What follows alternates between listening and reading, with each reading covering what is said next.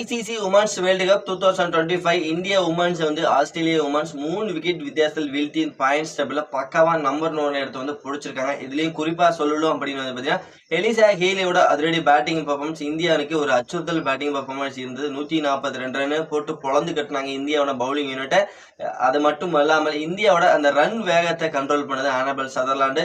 India வந்து பாத்தீங்கன்னா 310 run அடிச்சிருந்தாங்க 45 ஓவருக்கெல்லாம். Plus அவங்க கடைசியில விக்கெட் மேல விக்கெட்டா எடுத்து இந்தியனை ஃபுல் அண்ட் ஃபுல் கண்ட்ரோல் பண்ணாங்க. இந்தியாவால் 330 ரன் தான் அடிக்க முடிஞ்சது. கடைசியில பாத்தீங்கன்னா எல்லா விக்கெட்டையும் இழந்தாங்க. அது குறிப்பா முக்கியமான பவுலர் ஆனபல் சதர்லாண்ட் இருந்தாங்க. இந்த மேட்ச்ல வந்து பாத்தீங்கன்னா எல்லாமே ஒரு த்ரில்லிங் மேட்சா தான் இருந்தது. இந்தியா ஜெயிக்குமா ஆஸ்திரேலியா ஜெயிக்குமா அப்படின்ட்டு ஒரு த்ரில்லிங் மேட்சஸா இருந்த போது கடைசியில ஆஸ்திரேலியா கம்ஃபர்டபுளா ஜெயிச்சது மட்டும் இல்லாம பாயிண்ட்ஸ் டேபிள்ல நம்பர் 1 இடத்துக்கு போயிட்டாங்க. இந்த மேட்ச்ல எல்லாமே டீட்டெயிலா நம்ம பார்க்கலாம், என்ன நடந்தது ஏது நடந்தது தெளிவா பார்க்கலாம். அதற்கு முன்னாடி இப்பதான் ஃபர்ஸ்ட் டைம் நம்ம சேனலுக்கு வரீங்கன்னா நம்ம சேனலை சப்ஸ்கிரைப் பண்ணிக்கங்க. பக்கத்துல பெல் ஐக்கான் இருக்கும், அதையும் கிளிக் பண்ணிங்க. அப்பதான் நம்ம போடக்கூடிய வீடியோஸ் எல்லாமே பாத்தீங்கன்னா உங்களுக்கு வந்து நோட்டிபிகேஷன் வரும்ல. வாங்க தெளிவா வீடியோவில் போயிடலாம். India women versus Australia women match வந்து பாத்தீங்கன்னா விசாகப்பட்டினத்துல அந்த மேட்ச் வந்து நடந்தது. டாஸ் வின் பண்ண ஆஸ்திரேலியா நாங்க வந்து ஃபர்ஸ்ட் பவுல் பண்றோம் அப்படின்னு வந்து டிசைட் பண்ணாங்க. இந்தியா வந்து ஃபர்ஸ்ட் பேட்டிங்கை பிடிக்க ஆரம்பிச்சாங்க.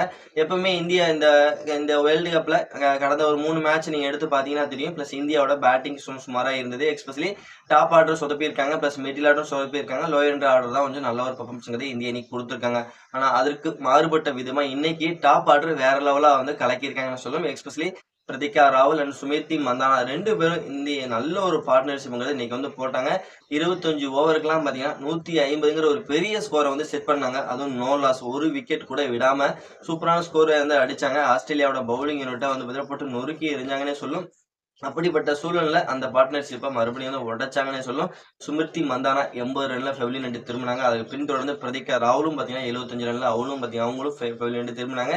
இந்திய அணி பேட்டிங் அப்படியே கொஞ்சம் டவுன் ஆக ஆரம்பிச்சது. அந்த ரன் ரேட் அப்படியே கொஞ்சம் டவுன் ஆக ஆரம்பிச்சதுன்னே சொல்லும். பிளஸ் அதுக்கப்புறம் எர்லின் டோல், ஹர்மன்பிரீத் கௌர் அவங்களும் ஓரளவுக்கு டீசெண்டான ஒரு பார்ட்னர்ஷிப்ங்கிறது இந்திய அணிக்கு கொடுத்தாங்க. இருந்தாலும் பாத்தீங்கன்னா அந்த ரன் ரேட்டை கொஞ்சம் மெயின்டைன் பண்ண முடியாம போயிருச்சு. அவங்க அடிச்சு அப்படியே இவங்களும் அதே மாதிரி திருப்பி அடிச்சிருந்தாங்கன்னா நல்ல ஒரு ரன் ரேட் மெயின்டைன் ஆயிருக்கும். அப்படியே ஓரளவுக்கு டீசெண்டா கான்ட்ரிபியூஷன் வந்து கொடுத்து ரன்ஸுங்கிறத அப்படி கொஞ்சம் கொஞ்சமா கொண்டு போனாங்க. ஆனா இருந்தாலும் பாத்தீங்கன்னா கடைசியில வந்து பாத்தீங்கன்னா இந்தியா ஒரு 310 ரன்ல 45 ஓவருக்கு வந்து முடிச்சிட்டாங்க. 310 ரன் வந்துட்டாங்க, க்ளோஸா வந்துட்டாங்க. ஒரு 350 360 அடிப்பாங்க நம்ம எதிர்பார்த்துக்கிட்டு இருக்கும்போது ஆனபல் சதர்லாண்ட் இந்தியாவோட பேட்டிங் யூனிட்டை சுக்குநூறா வந்து சிதைச்சாங்கன்னு சொல்லணும். அவங்களோட ஸ்லோ பாலை வந்து தாக்கு பிடிக்க முடியல. அதாவது நல்ல ஸ்லோ பால் போட்டாங்க. பிளஸ் வந்து நல்ல வேரியேஷன் ட்ரை பண்ணாங்க. நிறைய ஸ்லோ பால் தான் ட்ரை பண்ணாங்க. அதை வந்து தேவையில்லாம அந்த நேரத்துல ஒண்ணுமே பண்ண முடியாது. 6 அடிக்கணும், பவுண்டரி அடிக்கணும்ட்டு அட்டாக்கிங் மோட்ல இந்திய அணி போனாங்க. அப்போ வந்து அந்த ஸ்லோ பால்ல வந்து பாத்தீங்கன்னா எல்லாமே பட்டு எட்ஜ் ஆகி அங்கேயே வந்து பாத்தீங்கன்னா விக்கெட் வந்து இழந்தாங்க. ஓவரால் வந்து பாத்தீங்கன்னா இந்திய அணி வெறும் 330 மட்டும் தான் அடிக்க முடிஞ்சது. அனைத்து விக்கெட்டையும் இழந்து ஆல் அவுட் ஆனாங்க. ஓகே, இந்த 331 ரன் அடிச்சு அந்த வெற்றி இலக்கோட ஆட ஆரம்பிச்ச ஆஸ்திரேலியாவுக்கு வந்து பாத்தீங்கன்னா லிச்பீல்ட் அண்ட் எலிசா ஹீலியோட தொடக்கம் நல்லாவே இருந்ததுன்னே சொல்லலாம். 10 ஓவருக்குலாம் பாத்தீங்கன்னா 80 ரன்னுக்கு மேல குவின்னு குவிச்சாங்க. அது அதிரடியா ஆட ஆரம்பிச்சாங்க. லிச்பீல்ட்டும் நல்லா விளையாண்டாங்க. எஸ்பெஷலி எலிசா ஹீலியும் நல்ல ஒரு தொடக்கத்தை கொடுத்தாங்க. லிச்பீல்டோட விக்கெட்டை 11வது ஓவர்லயே வந்து பாத்தீங்கன்னா இந்திய அணி எடுத்தாங்க. அதுக்கப்புறம் கொஞ்ச நேரம் வந்து பாத்தீங்கன்னா எலிசா பெர்ரி வந்தாங்க. பிளஸ் அவங்க கொஞ்சம் டேர்கெட் அவருக்கு ஆனதுக்கப்புறம் பாத்தீங்கன்னா ஒரு 2 விக்கெட் டக்குன்னு விட்டாங்க. பெத் மோனியா இருக்கட்டும், சதர்லாண்டோட 2 விக்கெட் வந்து டக்குன்னு ஏர்லியா வந்து இந்திய அணி எடுத்தாங்க. சரி, மறுபடியும் இந்திய அணி கேமுக்குள்ள வந்துட்டாங்கப்பா அப்படின்னு நினைச்சுக்கிட்டு இருந்தோம். ஆனா அது நடக்கவே இல்லை. மறுபடியும் கேர்னரும் இந்த எலிசா ஹீலியும் நல்ல ஒரு பார்ட்னர்ஷிப் வந்து பில்ட் பண்ண ஆரம்பிச்சாங்க. இவங்களோட பார்ட்னர்ஷிப் இந்திய அணிக்கு ஒரு அச்சுறுத்தலா இருந்தது. எலிசா ஹீலி ஒரு அருமையான 100 பதிவு பண்ணாங்க. பிளஸ் அருமையான ஒரு 100 வந்து பதிவு பண்ணது மட்டும் இல்லாம மறுபடியும் பாத்தீங்கன்னா ரன் வேட்டையில ஈடுபட ஆரம்பிச்சாங்க. கடைசியில் அவங்கள 142 ரனுக்கு இருக்கும்போது இந்திய அணி அவங்களோட விக்கெட்டை எடுத்தாங்க. ஆனா வந்து பாத்தீங்கன்னா இந்தியா அந்த ரன் வேட்டையில கொஞ்சம் சொதப்பினாலும் ஆனா ஆஸ்திரேலியா அந்த ரன் ரேட்டை சொதப்பவே இல்லை. விக்கெட்டுகள் ஒரு சைடு இழந்தாலும் ஆஸ்திரேலியா அணி அந்த ரன் ரேட்டை அப்படியே வந்து மெயின்டைன் பண்ணிக்கிட்டே வந்தாங்க. அதனால வந்து வெற்றி வாய்ப்பை ரொம்ப க்ளோஸாவே வந்தாங்கன்னு சொல்லணும். இருந்தாலும் கடைசியில கொஞ்சம் பேட்டிங்ல கொஞ்சம் கொலாபரேஷன் இருந்தது. விக்கெட்டுகள் கொஞ்சம் 2 விக்கெட் டக்குன்னு சடனா விழுந்தது ஆஸ்திரேலியா அணியை பொறுத்த வரைக்கும்.